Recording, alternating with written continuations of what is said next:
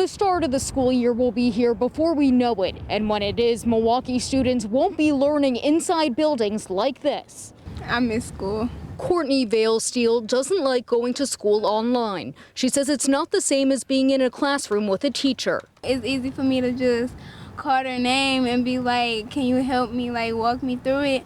But virtual learning is hard. It's like somebody telling you how to drive a car, but until you get in the car, you won't know until you actually have that experience. We caught up with Courtney, her dad Willie, and other parents as they enrolled for the academic year right from their cars. A new method as Milwaukee Public Schools try to work through the COVID-19 pandemic, a task Superintendent Keith POSLEY doesn't take lightly. We are going to do everything that we possibly can in the midst of this pandemic to make sure that students receive a quality, wholesome education in the Milwaukee Public Schools. MPS hopes to start the new school year with all students learning virtually at home, not inside school buildings. Superintendent POSLEY says things will run smoother than they did in the spring. This was a growth process. We have lessons learned that we have worked on all summer long. Steve Gerner is Concordia University's Dean of Students and a professor of education. He says students going from virtual learning to a long break and then back to more virtual learning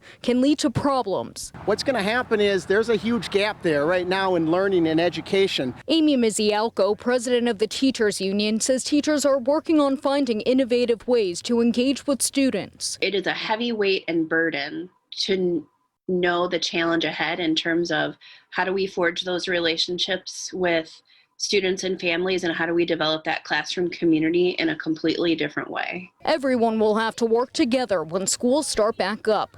But parents like Willie look forward to the day he can take his daughter to school in person once again. So I think right now is probably the safest way to do it, but hopefully if everybody follows what they're supposed to do, this thing will drop and things get back to normal. The school board will vote on the plan during a public meeting this Thursday. To view the full report, visit our website, tmj4.com.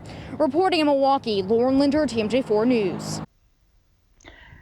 And we have a link to the entire MPS back to school plan on our website, tmj4.com.